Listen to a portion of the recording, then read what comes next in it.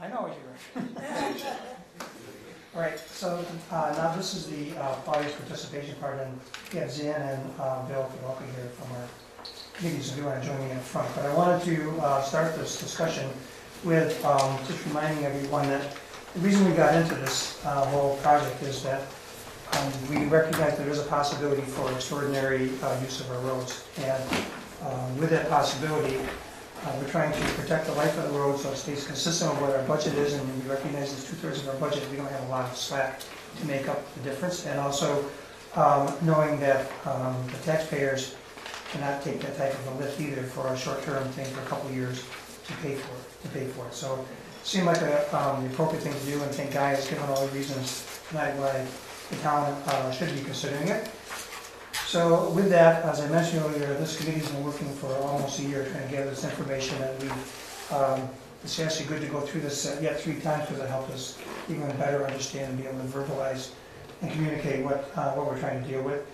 So, so tonight we are looking to go from the objective information that we have, and mostly objective, to and have it continue the discussion, but now try to move into the subjective, which is a policy decision making. And a policy decision requires information that you may have that we don't have, and that's really what we wanted to start that conversation tonight. And like I mentioned earlier, don't feel free that if things come to mind or you didn't get a chance or you want to play off something someone else says, please feel free to contact us and let us know your thoughts so we can work through this. This committee is going to sit down and start working on the road use regulation now and try to put pencil to paper and get things forward to the community. Another thing that the Guy hit over and over again, but it's really clear, is that this process, this regulation, be focused on developers. So we're not talking about haulers, although haulers may be impacted because where they can drive are some by the haul routes that have been chosen, but that's the developer is the one that would have to get the permit. So it's not the haulers that would be addressing the town board. I'm glad there's a few haulers here. They can help us understand this issue from their perspective so that we can take it into account as we're working through this. So if you look at the slide, the handout that I sent out, the last 2 slides are really the discussion topics for today. One is thresholds, and the other, I'd like to spend a little time on that and then move into the administration process, which Guy briefly talked about. And I'll bring up that slide while things are being started so that we can talk off that because it's maybe bigger on the screen than it is in your handout. So with that, maybe I'll let Bill field some questions while I'm trying to play with the computer and get your comments. So I know that a few of you have comments. You're just waiting. Sure. Well, Don, when you play the computer, is there any questions about what he just said or anything else you wanted to ask?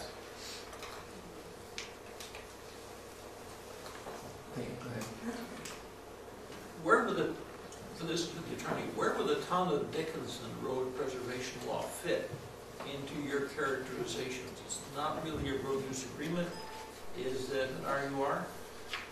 No, the town of Dickinson law is actually a roadway excavation and construction law more so than anything else. It regulates cutting into the roadway, building structures and facilities on or within the roadway, building roads themselves.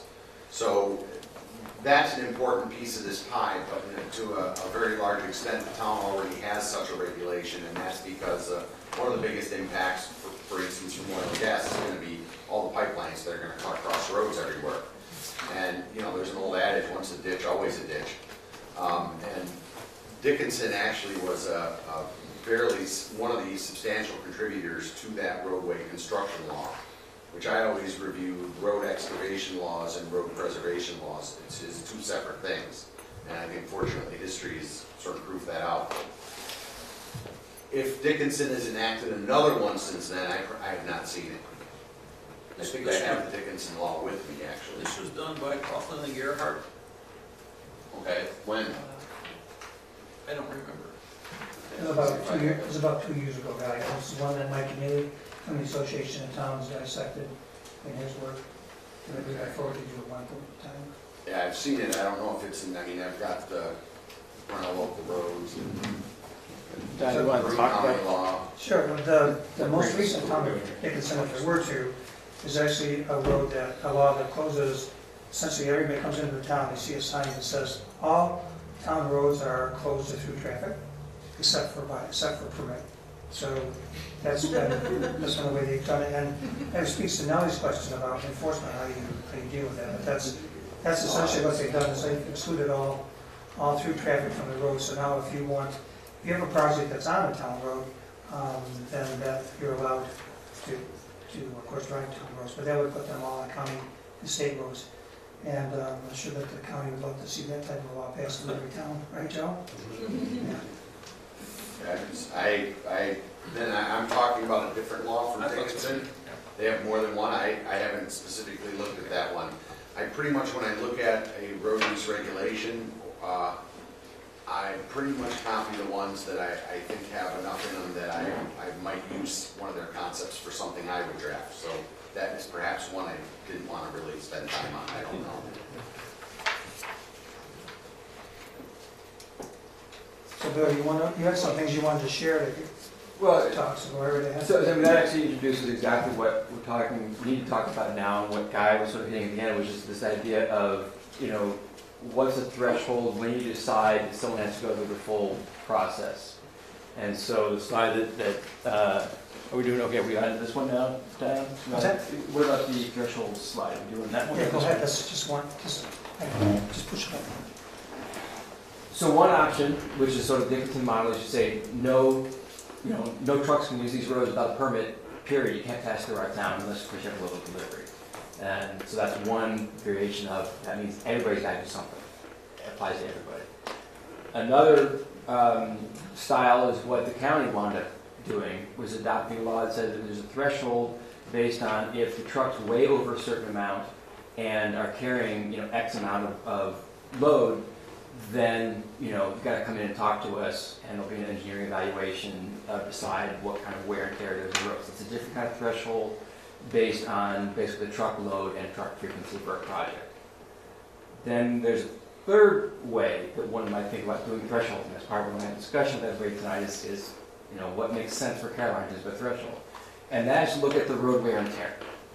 And that means using more of an engineering basis of this easel concept. That is, if a project is big enough to use up a substantial fraction of the road lifetime, that's the project we want to have come in the door and fill out the paperwork and go through this evaluation process. So three different ways. One is like every single truck has to have a permit. Another is you have enough trucks that are heavy enough, you have to get some kind of legal process. Another is if the traffic damage, the damage this traffic is going to cause is enough, then you got to go through this process. And those are three different ways of passing a threshold. That sort of covered.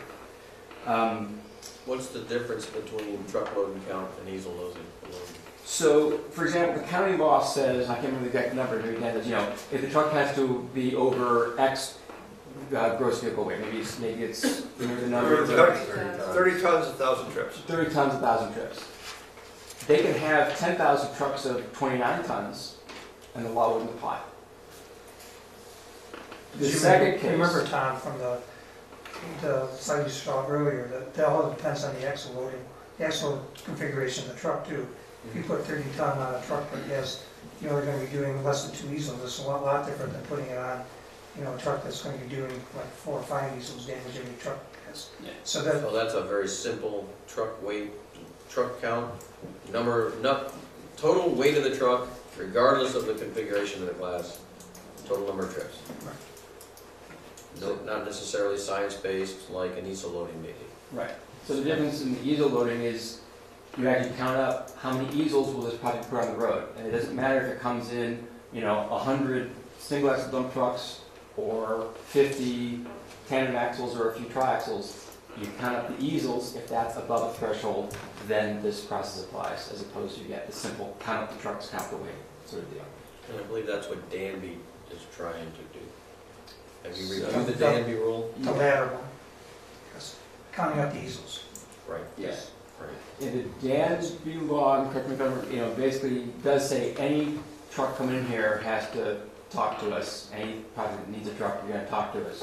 But then it kicks very quickly into an engineering analysis that says, yeah, this project has enough easels that you're going to need to do X, Y, and Z. Or no, you don't. As the guy says, you get quickly that no box, okay, you're clear to go. Right. And Danby's doesn't have a threshold, it's just, I think Any permit, so if it's a building permit or if there's a DEC permit, any type of permit triggers the code enforcement officer to look at the project and ask the questions, haul routes, number of trucks, type of axle configurations, that type of thing. but the local, that doesn't apply to the local delivery. It's my It understanding does, that it it does not. does apply, it does apply to local delivery. But they have a baseline, they go through the baseline as well, so somehow they have to establish the baseline, how many trucks. And so establishing a baseline and how many trucks is doing the easel loading, the last one, would say that the town taxpayers are willing to contribute, to allow, say, 10% of the road like to be used for commercial traffic, at some number. And so that would be essentially the threshold you would use for that concentrated amount of road life being used up by one project. And that's a decision that, that's a policy decision that would need to be made. The reason why I think that this committee is focused so much on easels and helped brought this group along is we recognize the roads are, not all roads are the same, and we know that right off the bat. And so how do we deal with that difference if we don't do an easel type analysis? But then if you do an easel type analysis, how do you do that in a way, how do you administer that process in a way that doesn't become on every project that's run through it and becomes onerous for the administrative part of it, which this town, like many small towns, is not having an administrative staff, so we're not looking to add a lot of extra. But at the same time, recognizing the costs that are involved in repairing the road, we're not in the business of giving away that kind of money either. So that's the balance we're trying to make. Well, the nice aspect about the Danby. And then go ahead first, and then go to Ed. Was that they had a chart. It was the highway superintendent that was administrating it. And I just got a permit from them here this winter. And so they had a chart. Yes, no. You know, yes, they're out of it. It pretty much goes into an engineering type of situation with these, and it's all easel load based. They can do their little chart, and if you get the no box, they pretty much give you the permit. Sure. They'll keep an eye on you, talk about travel routes and things like that. And I think so. From a threshold standpoint, they have apparently some kind of a science-based or engineering-based type of thing. One thing that I get concerned about as a person that works in many, many towns throughout the state is that you end up with a different ordinance and a different hodgepodge checkerboard of how do you deal with this town versus that town versus this town. So consistency among towns is good for commerce, and it's good for the town because it makes it a little more easy for people to do business there, and so subsequently. So I think what we've been talking about in Tompkins County is the thresholds may be different depending upon what town and what conditions they have. I think the towns in the southern part of the county are going to be a little bit different because we're where the glacier ended and we have many soil types change so quickly along the road. So we may have different thresholds in the northern part of the county. But I know that the Joe Mariana and Jeff have been working very hard on coming up with an administrative process we'll talk about next, and the idea is to try to make that as uniform as possible. So once someone catches a trigger within a town, that the process they're going to go through would be very similar, and it won't, so that adds some consistency to it. But the strength of the roads, as you can tell from the town of Caroline, just based on what kind of rocks the original farmers had to throw in, I mean, that's really your base. And you got Yeah, it seems to me that the thresholds are going to depend upon the routes that the roads will be taken, the project will be used, and that could be negotiated, I assume, when they get the permit. Is that correct? So there's two things to be thinking about when you talk about haul routes, and I'm glad you brought that up, is the haul routes, if you're driving on a weak road, a gravel road, it doesn't cost that much to repair the gravel road, but it doesn't have a lot of strength, so you can guarantee you're going to be repairing it. So you're weighing that versus going on a Class A road, which has got much more strength, but when you go to repair it, it's going to cost you a lot more money. And so the part of the negotiation of the road use agreement is to bring all that to the forefront and have the developer in the town think about what's the most economical, what's the best way to do it. And of course, the other wild card in all this, which we didn't talk about anything, is of course the neighbors and how they're going to deal with it, extra truck traffic, and there's a notification. And we haven't, this law has not ever addressed that issue. It's all been technical. I think we're going to try as much as possible to stay as that technical, so that whatever decision comes up is defendable at some later time. So, and I'm glad you brought up haul routes and negotiation, but that's important criteria. Yeah, like I said, that's one feature of the Danby law is that as the developer, once Danby has a relatively low threshold to trigger a review, but it's a relatively high threshold that you have to really get into their system and actually start doing bonding. And one of the things they look at is what's your route, and they can say, no, that's a bad route, but if you take this route, you're okay. And it has to do with roadway geometry and what type of road you're going over. So that's a really important part of this process. It may not be convenient to burn an extra gallon of diesel every trip, but if it's that versus putting up a bond and having to deal with roadway regulations, it's probably the cheaper way to go. Sure, yeah. So you made a good point that after a while, the taxpayers are paying a lot just through the onus of their cars going along poor roads. And I would presume at any given time, your roads are all at a different sort of age to when they need to get fixed. And so someone comes in and is going to do a project, how do you decide when you're going to fix the road? Is it, are you presuming they're going to get through this project and then you're going to fix it, or are you going to fix it when it needs its fixing? And otherwise, people are going to be absorbing costs of it during the project. There's actually a third scenario that you didn't mention, and that is that the town has just fixed the road, and the project's going to take it to almost its full good life, and the project will take it through that in a very short order. But they're done, and the road is still in quote-unquote good condition. It hasn't moved. Of course, the next year it moves into fair. And so there's all three of those things, and they all involve knowing the road carrying capability of the road. That was the chart that summed for A, B, and C, how much the road life the road could have. And if a project is going to use up 10% of the road life, and that's much more than any other, than any other project it has or for that road to take, then you would charge the developer the fee for 10% of that road's life. And if it turns out that the road needs to be fixed during the project, then they can either have the town do it and use their bond money, or they can do it, and then they don't have to use the bond money. And I know that in Pennsylvania, the gas companies actually hire their own contractors to do the road work. So if a highway superintendent for a town goes by and says this road really needs to be repaired, it's too rough, then they have 48 hours to fix that road, and they get a contractor ready to do it. So that's, and having a relationship like that through a road use agreement actually reduces the amount of bond that you have to post, because you're not going to a major repair, you're going to just keep the maintenance of the road up on a regular basis. In some cases are simpler than others. If you're going to put up a bunch of wind turbines or drill a gas well, there's going to be an awful lot of truck traffic. And often then in the road use agreement, it says, and the company has to keep the road in passable condition. Because it's clear it's going to get totally trashed in time. Part of what the town is concerned about is, there's this expectation of how long the roads are going to last. If it turns out that we're near the end, about to fall off that cliff of what Don was showing, it doesn't even take a huge project like that to suddenly go down the cliff. So there is some onus on the highway supervisor to keep on top of the truck traffic and realize that we're starting to fall down that slope of bad condition, and try to then intervene there and say the idea is there's money, we'll get Mr. President, held in escrow by the developer that could then be used to do those repairs. But it is important that, suddenly you don't realize that, we thought we had 3 years left, and now everyone's paying to the nose to fix their cars because we didn't catch it in time. Sure. John?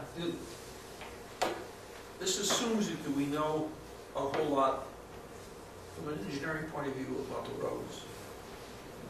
If that's not true, it probably isn't. How does that information get generated, and who pays for it? So I can go jump into the process. Excellent question. And so I think what in our discussions, what we've sort of been thinking about, and I think this is roughly, it always is something like this. See, there has to be some determination. We have to do an analysis or not of this project. So that's the threshold question. So somewhere you've got to make a quick assessment at least. I think the hope for Caroline is indeed something like a simple table. So, that developers, the project engineers, and the highway supervisor can all look at and say, oh yeah, this many trucks, this many easels, and okay, no, we're not going to worry about this one. But if we think we're going to have to worry about it, then it pretty much has to get passed on to an actual engineering firm. And their analysis will not only include looking at the trucks that are being used, but the haul route, and will likely involve going out in the field and making some measurements on the road, because we don't necessarily know that much about our roads.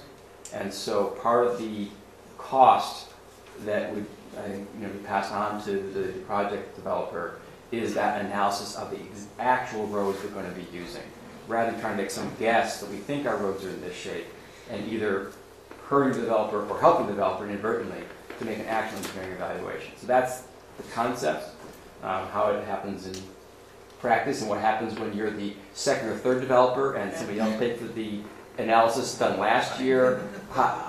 That is something we haven't really gotten into yet. But yes, that is, there would be an actual analysis. We're trying to do scumper trucks that pound the pavement and measure the deflectometer readings, that kind of stuff, to see what's down there, how the road is holding up. So I guess I'll step through this, and maybe Don, you can help me too. But so once you know that we have to worry about it, then you actually need to know some details about where they're going to really want to drive the trucks, and some data you can say, no, don't use that road. This is a better road for what you're doing, and some better detailed estimates of how much weight, how many trucks, what time of year, seasonality, right? If this is going to be spring, if this is going to be December, that kind of thing has to come in there at that point. And so once that analysis is done based on that, there is an amount that would be held back that would be, come to the town for when either the town makes the repairs, or I don't know how it would work if the company winds up making the repairs.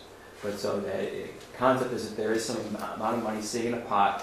It's not a tax, right? It's not being levied to fund the town. It's being set aside to specifically repair the road damage caused by that project. Once that money's there, there's a permit. Project happens, takes place. There's continued monitoring of what's going on while the project is going on, monitoring the road condition, monitoring that they really are using the haul route they're supposed to use. There's all that enforcement piece to talk about. And then finally, when the project is finished, there's indeed a project closeout, where we sort of check things in the road, use that money. If it needs to be used while the project's taking place, then some money is taken to repair the road. But say the project uses up 10% of the road life, that repair won't necessarily be made at the end of the project. That money sits there until 5 years later when the town repairs the road. And that's when that money, instead of raising more money from taxpayers, gets used to repair the road. So that's the rough step through it. And you want to? So I got a couple ahead of you, Dave. So I have Ken, and then Ed, and then Dave. I just wonder, some of the process, in some cases, how much time do you, for this engineering has to go on and whatnot, how much time is delayed to those people that want to get their project down? Okay. And afterwards, is there more engineering that's done that delays their getting their bond back, so that it creates, I guess, a problem for anybody wanting to do anything in your town? I think you raised two good questions, and we don't know the answer because we haven't developed this, but I think one thing that is an expectation is for these major projects that there may be some extra time, but typically for these major projects, there's a lot of permitting that needs to be done, so this could be done in tandem, it doesn't have to be done subsequent. But we should be cognizant of how much time it takes, so that's a good point to bring up. And there will be an engineering evaluation that's needed to be done at the end, I'm assuming, to make sure that the road has been, if they've done the reconstruction work that's been done up to par. If the town has done the reconstruction work, then it'd be whatever's left over from the bond, that would be what would be returned. So there's two different ways to make that work.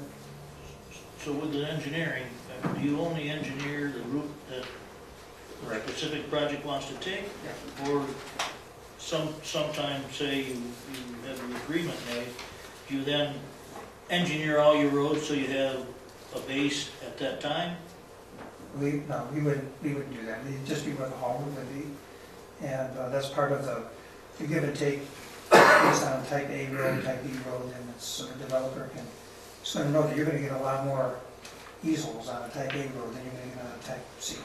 So it's not that hard to figure out when you're coming forward with a project. You wanna get to a type A road real quick, into a county much quicker.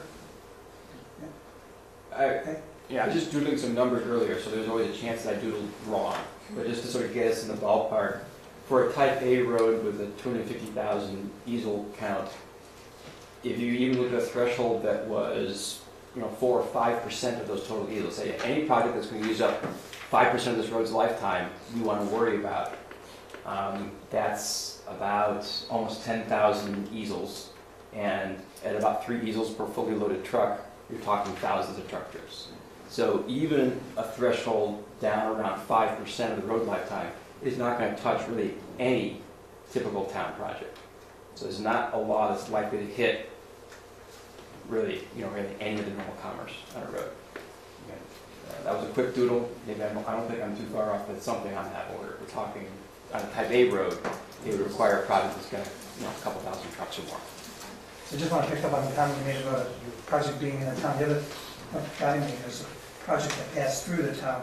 I know the county has asked us to make them aware of any permits for large projects so that they can assess whether a project would trigger their threshold. And I think those type of agreements have to be made between all the local governments so that each other know there's a haul route that goes through their town that they're aware of it so that they can protect the road. Because we wouldn't, Connor County would know what permits are issued to the entities, but they still could use our roads. There are places where our town roads actually connect with the same majority and that kind of thing. So Ed? So my question, I think, was already answered about seeing out whether that could also be designed into a project if people could go ahead and do that at times when the roads aren't stable. David? Escrow amount is the same as a bond? No. No. An escrow would be the amount that someone would post at the time they issue the permit. As either they're asking for the permit, and that's to cover the engineering analysis and whatever the town needs to do to get to the point where it's ready to issue the permit. And that's not an abstract idea. That's actually happens quite a bit, where a developer comes through the project and somebody has to study the drainage and different things going on, and then the developer can do all that engineering work and to reduce the cost, but there still has to be someone from the town that is hired to make sure that engineering is rigorous and meets all the criteria that have been asked. So there still is some cost, and there's a way for the developer to mitigate the bulk of those costs, but an escrow account is posted so that the taxpayers aren't picking up the freight on it because this wasn't their project to start out with. Yeah, I think if you look at this flow chart, you would have an escrow account established at the permit application point if you were going to use that to do cover the cost of the analysis, permit application, and then where that escrow amount deposit probably would be more appropriate to say that that's your bond amount, and you would, the escrow amount would start at the beginning and it would carry on to the life of the project. As soon as you get to the yes, you get the escrow amount. Right. And the bond amount can be, that's negotiated. If you're doing a road use agreement, it's negotiated. It's based on the amount of liability or risk that's put out there before something happens. So it is possible, as a developer, where you always keep maintaining the roads, that you would have to post as much bond as someone's going to let the whole thing go to the very end. So there's some wiggle room in that. So one question I have for some of the, I don't know if we have developers in here, but we have. Where's Bruno tonight? Yeah, where's Bruno tonight? But, like when you're doing a logging project, again, the threshold's gonna be lower on a type C or type B, thing. But how early in the project can you come to a highway supervisor and say, oh, I think it's gonna be about this many trucks with about this weight? Is that before you even start cutting down trees, for example, or? Well, in the case of a logging operation, if somebody wants to sell me 100 acres of standing timber and I'm going to take trees out of that, well, I have to know whether or not I'm going to be incurring engineering costs before I can even determine the exact value of those trees. So if I'm going to give this gentleman, a couple $100,000 worth of timber, and I'm going to take 400 loads of logs out of there, or less, or whatever, and I'm going to be assessed $3,000 or $4,000 or more in this engineering fees, I need to know that before the project even is signed on the dotted line in a way. Yeah, so after you've taken a tour of the land, you in your head know, oh, it's going to be about this many trees, they're going to weigh about this much, so I could give Caroline an estimate of the weight, and then if we decide it's over a threshold, then you have to do a more detailed calculation. But that can come pretty early in the process. That would have to come first. And it could, yes. You're able, that's right, you're able Yes, to. yeah. Okay, anybody else who, builds houses or anything else, these estimates, is it easy to make a rough estimate early on? Early enough that we don't have a delay because we're trying to figure out whether it's going to cross the threshold. I'm just in the trucking part of it.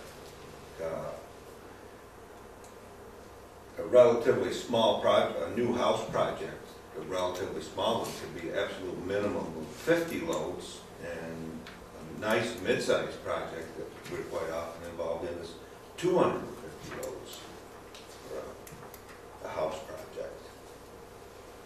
And sometimes it's in a very short amount of time.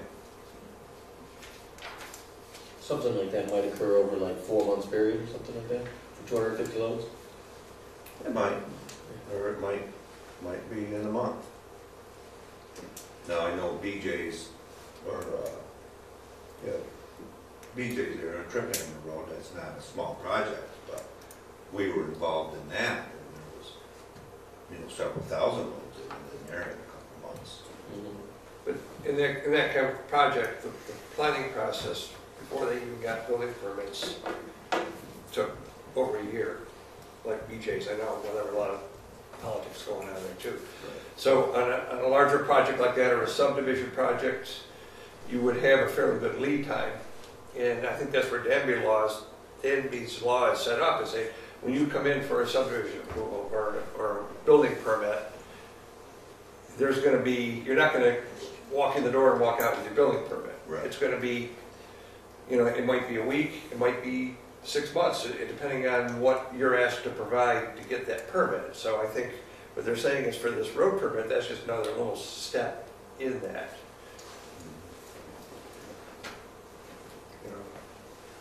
John has another question.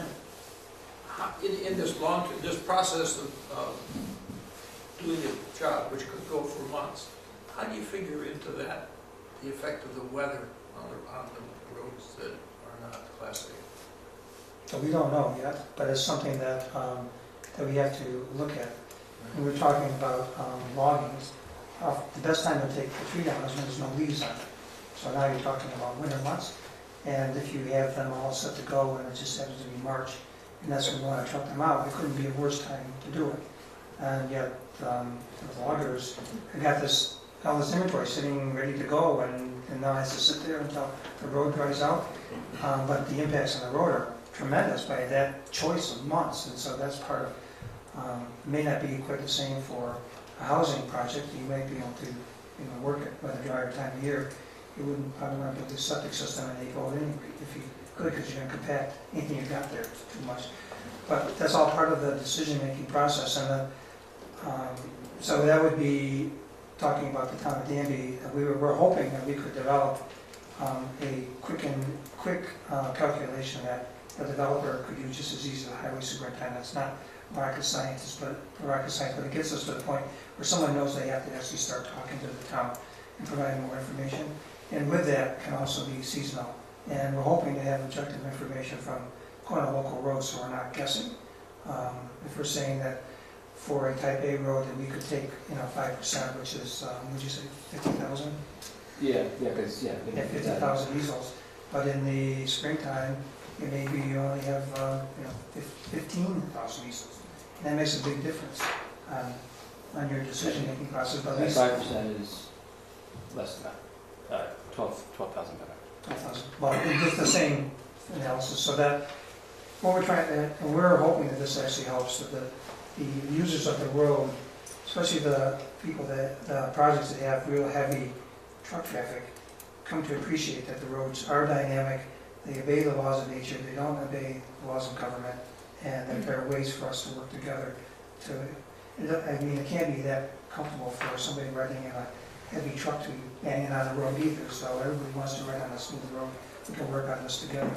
And we want to try to provide objective information so we can. Maybe. I just wanted to add on the answer for John that, I mean, trying to incorporate seasonality is what I think is our goal. The mathematics haven't really been worked out. Part of it, we need data that is just being developed now, but whether you essentially count the easels more because they're occurring in the spring, or whether you say the road can take fewer easels because it's in the spring, is a wash. You have to figure out how you're going to count it up and either derate the road or upgrade the truck easel, because you're really looking at how much damage does a passless vehicle cost. And yes, that will be in there somehow. We can figure out the mathematics. Do you want to say something? Coincidentally, I was going to suggest something exactly to that effect, kind of, in the springtime of the year. Now, I know that we don't want to make more unnecessary trips, but maybe you could put in there certain times of the year, lighter loads. And the county already does that somewhat now, don't they, Joe? With 30 tons, Jeff, yeah. yeah, but no, don't they post the roads like the 1st of April for a short time, or March? I haven't posted any roads since I've been here. I'm not aware of that we've ever posted roads. They have in the certain past. portions they probably have. Watching them and depending on springtime type posting. In the grand scheme of sort of voluntary regulation, one way that might work is indeed if in essence the town said, well, a truckload in the spring counts as, this many more easels, or again, it takes this much lifetime. The hauler can decide, oh, I would rather take lighter loads because that decreases the easel count pretty rapidly, or I'd rather wait to a drier time of year. From the town perspective, it's how much damage is caused. And if you want to avoid the damage or pay for the damage, it's sort of a wash with the town as long as the money's there to pay for the road. Or you change the actual configuration. So Yeah. Jeff, you had, The Danby, I am aware with respect to the Danby law. I was talking to Laura from Town Danby today, and they do have a sliding scale on that easel limit based on seasonality, and I think they go to June 1st. And she was talking about a specific project that's, the builder is trying to do it this spring, and the project is planned to be completed before June 1st, and had they been using town roads, it would have triggered their law. They're using county roads, and she's referring them to us, which is a good thing, but I don't even know what the project is at this point. He's going to be contacting us, but she did say that if he was planning to do the project after June 1st, that would have lowered the threshold, or raised their diesel threshold, and he would have been okay using town roads. It was right in that ballpark. Yeah. So their law is seasonality based as well. And the problem is that you have to sort of try to be predictive, but the problem is you don't know. I mean, the weather does what the weather does. Right. Just because it's June or whatever doesn't mean the road is in the dry or thaw state that we thought it was. Still So have to track. realistically, I think that last year in January, a lot of roads were damaged because nothing ever froze last year. So partly the reality of what it is that year is probably what needs to be paid attention to. everyone here knows. Yeah, I just wanted to say in Shenango County that a lot of them post the roads, and I know in my town in McDonough, they have a 2.5 ton limit per axle, and they don't allow anything over, to go like in March. Except for, I know there's a logger now that's in there because it was zero this morning, and the roads are hard, and trying to get those logs out quick. Well, and that's exactly the point I was gonna make, is if you just went by a chart, and you're right, Dan does have that scale as a guide, and in working with the highway superintendent, yeah, we could haul, their chart said we won't do any damage in the wintertime with threshold number of loads per day we were gonna run, but there were days, every week was different. You'd have a freeze thaw once every other week, so we couldn't run normally all winter long, and we didn't. So he was communicating with the town highway superintendent, saying, well, they're looking for damage, but if you're running in the mornings, even this morning. So sometimes these blanket regulations aren't very effective and can kind of force people to make bad decisions. Right. So, Good point. and so posting roads in a blanket fashion, just because a certain date comes along, isn't necessarily being fair to everybody. Right.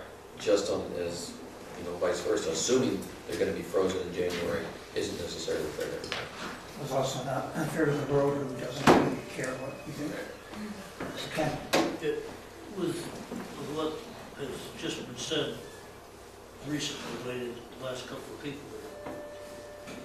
it would appear that you really have a lot of variables, that you can't write all of them down.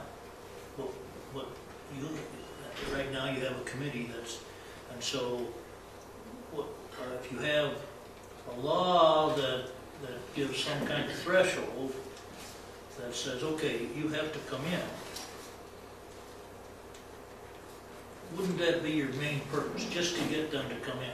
Now, they sit before a committee or their worksheet, their application that says this is all what we're gonna do, is handed to, say, a committee, not necessarily the one sitting there, but code enforcement, a highway supervisor, whatever, that they look at it and say, well, see, it is June, but it's been raining for the last 4 months. No way you're going on these roads.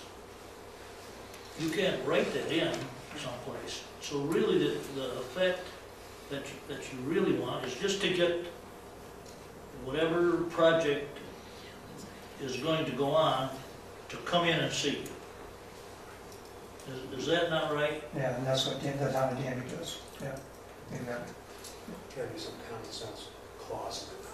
Yeah, a common sense clause, but that one doesn't make any sense at all. Other than that, I will now call it a common sense class. So Dan wants to I just want to clarify, when I did an evaluation of 4 types of roads, the dirt roads too.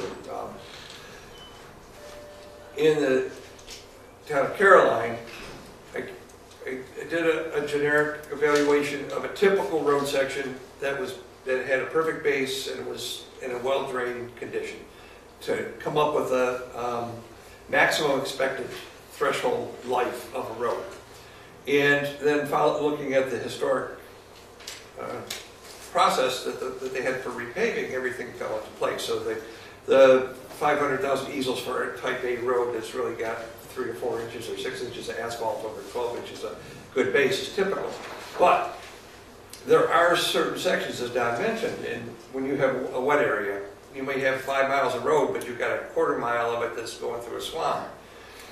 There's no base under it, and when it's wet, it's gonna fail. You know, even though it's got that asphalt on it. So, in the easel calculations are basically dealing with the asphalt pavement life. So on a gravel road, it doesn't have pavement on it, so it's not going to break, but you're going to wear it out, and it's going to have much more effect on moisture. Most highway superintendents understand where their weak spots are on the roads. They're going to know that. When I worked for the town of Ithaca, the highway superintendent knew if there was a specific area, they didn't take their heavy trucks in there in the wintertime, or in the thaw time, and they kept in fact they had one logger not log a certain road until certain time periods. And they didn't have a specific law on that, but they basically posted that road for the weight limit. So it's a good broad range, a good guideline, but you have to look at the actual conditions on those haul roads. And in a case where the spring freeze and thaw and a weak pavement, that's going to be fairly easy to evaluate because it isn't going to hold up. If somebody breaks it, you're going to see it. Where this easel calculation, the use of easels is more appropriate for charging is based on a road where you may have a good enough base, you're not going to see any damage over the life of a project. A lot of these projects we've been talking about where you've got real wet conditions is going to be immediately obvious and the road isn't going to be there anymore. So that's real easy to evaluate. You give them a permit, okay, this is what the road looks like today. If you break it, you're going to fix it. And you know you're going to break it, so you know you're going to fix it. That's, it's those roads that don't really show the damage where it's more complicated. So Joe, you have a comment? Yeah, it really gets back to one of the early slides where you said there are 3 ways of figuring out how to define your threshold. Right. And the second one, I'm with the county, so we chose the second approach.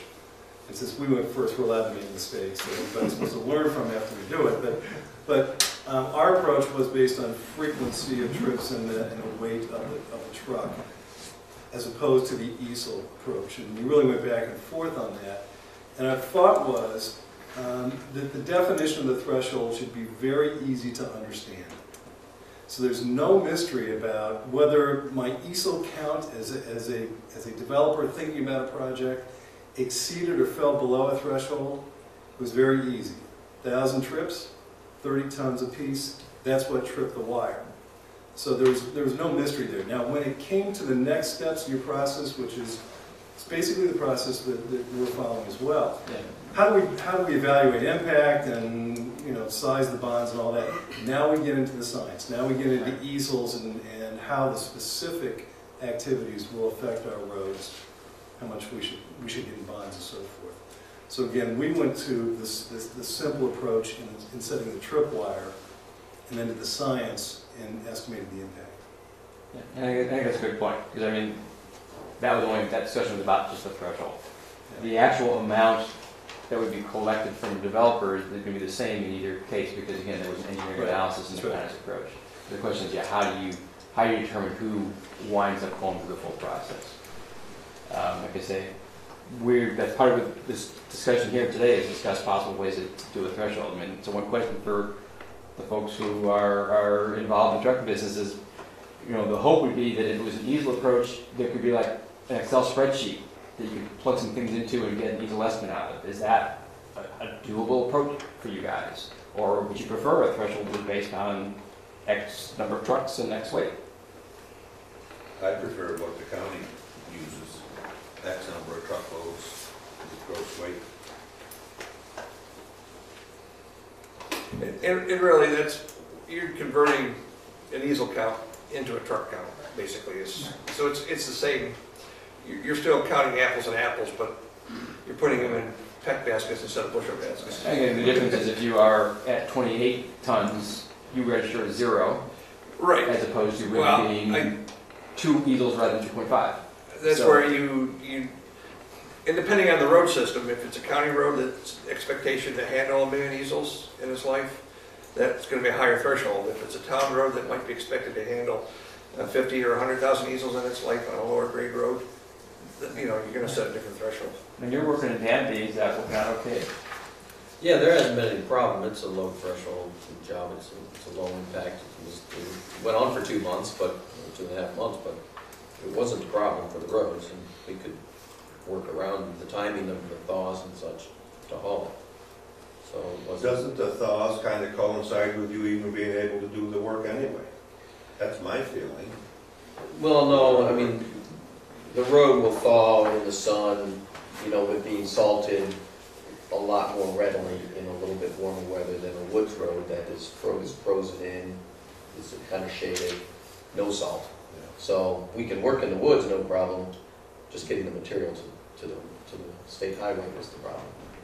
So. But there still are times though when if the road, say the weather is really wet, you still can't work. Absolutely, absolutely. So a lot of the times this stuff will kind of coincide with what the road conditions. That brings me to another question I want to throw out for everybody, but so those again who are being affected directly by the law, how comfortable would you be, because trying to deal with the seasonality question, with essentially the highway superintendent being like the judge? Because again, we don't know what the weather really is going to be. We can make some guesses and they can say, well, we thought by now the road was going to be hard enough, but it's not, and they have, the super has the ability to say, no, you can't do it yet. So they're in negotiation with you all the time about, I think it's good enough, oh yeah, I agree with you, it's fine. Is that an okay way to handle this? I mean, we haven't really talked about it all as a committee, but I'm just wondering how to actually handle seasonality. Someone's got to decide. The super needs guidance. I've seen where, like in Danby, Carl Seaman, no problem. As a matter of fact, he used to be a logger. He used to drive a log truck. He understands what it takes, how much they weigh, what kind of damage could be done if you go one way or the other.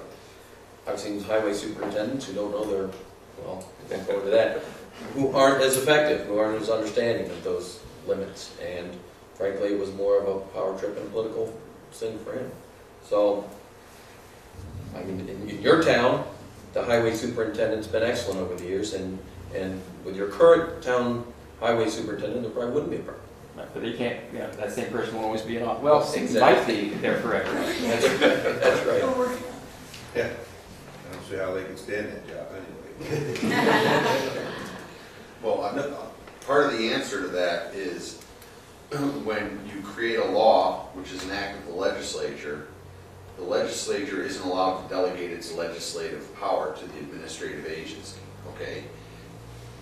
So the legislature can't give to the highway superintendent legislative power. They can create a system where he has to utilize a system so that his regulatory authority is in check. And your point is a good one, and that is who's sitting behind that desk. If it's, let's say, someone who's on a power trip who likes the people on this side of the tracks and not the people on that side of the tracks, don't you run into a real problem? So having a system that is neutrally enforceable, that's rational, is important, because you can't have unbridled administrative authority. An administrator doesn't have the ability to act as a legislator. So when you delegate that power to the highway superintendent, it can't be the power of God, for lack of a better term. He can't be the be-all, end-all, and the judge at the end of the desk. The law has to give him specific parameters in which he can exercise his discretion, or her discretion. If the legislature delegates its power without sufficient guideline and protection and oversight, the law is invalid. I'm gonna pass your name on to a couple of towns. That's maybe government in Albany. But, you know, the road is frozen, the road isn't frozen, right? That's the sort of thing we're talking about, you know. I think you're talking about too, like with the highway superintendent, you know, we have power to post a road in a case where there's actually a road breakup, a fault or a problem with the road. We can post that road. We already have those powers. And, you know, and the effect that some operation or something's going on that's causing damage to the road. And, you know, that's already out there. That's just kind of a separate thing. You know, you're trying to establish a limit and a user regulation that everyone can get along with.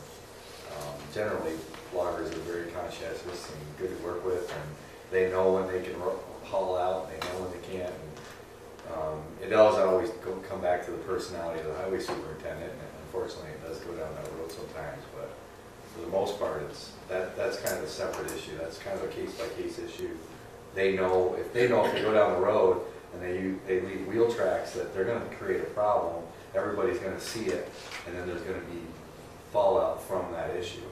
So they don't want to do it, and you know, it unfortunately does happen. But you know, you try not to, and there's ways to address it already. And I think what you're getting into, Jeff, is that as part of the baseline traffic, is we know that those relationships have been worked out already, and it's not the intent of this law to get in the middle of those things. Right. It's already in place. Like he said, it's already working. It is already intended a law to capture the invisible damage. And there's wear and tear in a road when it looks fine. You know, an easel is an easel.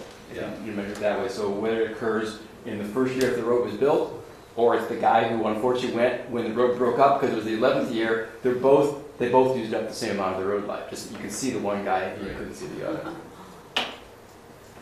I'm comfortable with the highway superintendent having a fair amount. Some discretion. In my experience around here, I don't mean just Caroline. Right. around this Douglas area, County. been pretty good.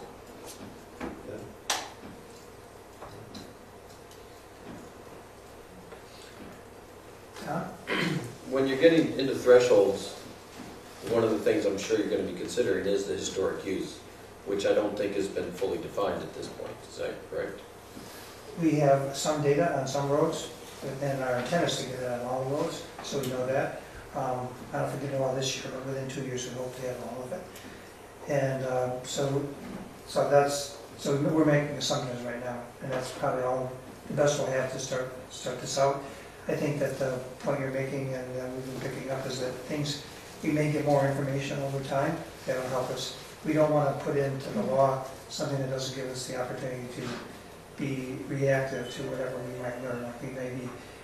Maybe that there's some special something put on the surface that actually use like a wax that the tires grab to, but the water doesn't want to, and it really shuts it off. We get a lot better road life. I mean, maybe that our highway superintendents all get religion, and they do a hell of a good job of drainage, so the base is all protected, and, you know, that type of thing. So a lot of things around it could change, and I think drawing up a law that, I think Danby did it in some ways the right way, because they essentially run everyone into the process, and then they weed them out pretty quickly to the net that guy was talking about, as opposed to trying to set some threshold in the law that may have to be adjusted at some point in time in the not too distant future.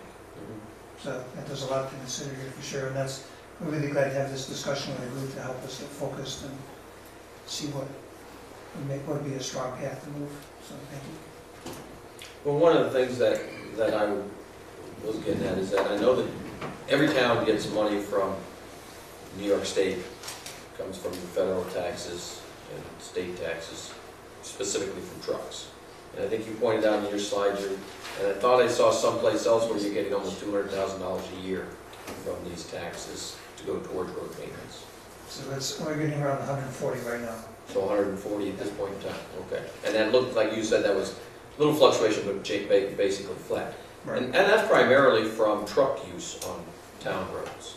Well, that is, and actually, maybe Jeff can speak a little bit more, but it's no matter, it's a fund that the state legislature puts together, and I don't know all the funding sources that go into it, but then they divvy it up, and the counties have seen a wide variation in CHIPS reimbursement, where the towns have been relatively stable over time. But stable, I mean, is not going up with the rate of inflation, just being stable. So Jeff, maybe you can fill in a little bit more. It's chips, I mean, it's a very evolving formula. They draw from a lot of different pockets, but it is some of the heavy user tax from the trucking. Some of it's pulled in from the gas tax, like portions of pennies, and then it's divided up by population and roads maintained throughout the state, villages, towns, counties, all kind of divide up the CHIPS funding. And it's the largest source of funding any highway and, municipal highway operation has in New York State. It's like our only real constant source. And that's sort of the scary thing last night, Jack French advised the Lansing Town Board. Well, right, but from the state, our state sources, right? I was just saying, not to scare you, but last night Jack French advised the Lansing Town Board that he had heard that the state of New York is considering eliminating all CHIP funding to all localities, towns, villages, and counties next year or possibly the year after. Completely yanking all the funding. I think there'd be a revolt if they did, and the fact that the state, they spend more than they have, so they have to take it from somewhere, so they're looking to take it from us. Couldn't have balanced the budget. That would be really scary. It would, but they were actually started, Jack was told, figure out a plan, because if that means your road maintenance schedule is gonna go, with its current funding, you can only resurface all your roads once every 40 years, and every road's gonna fail within the next couple decades. So like, uh-oh, what do we do if that happens? I haven't heard that. Yeah, I don't know where it came from, he said it, I don't know if it's true or not, but I know others that are looking into it to see what's gonna happen there. You want to talk about the size of the question? I don't know, that might be a difference. Anything else? I know that sitting in those pews is tough. Yeah. You just had it some Now I know why the town board meetings go on so long. It seems very long enough. Yeah, so I just throw this out for the county legislators that are here, is that you have a real tough seat for your lawyers to sit on, then you all leave by 9 o'clock and then you get some real work done. Thank you all for coming. Feel free to weigh in at any time.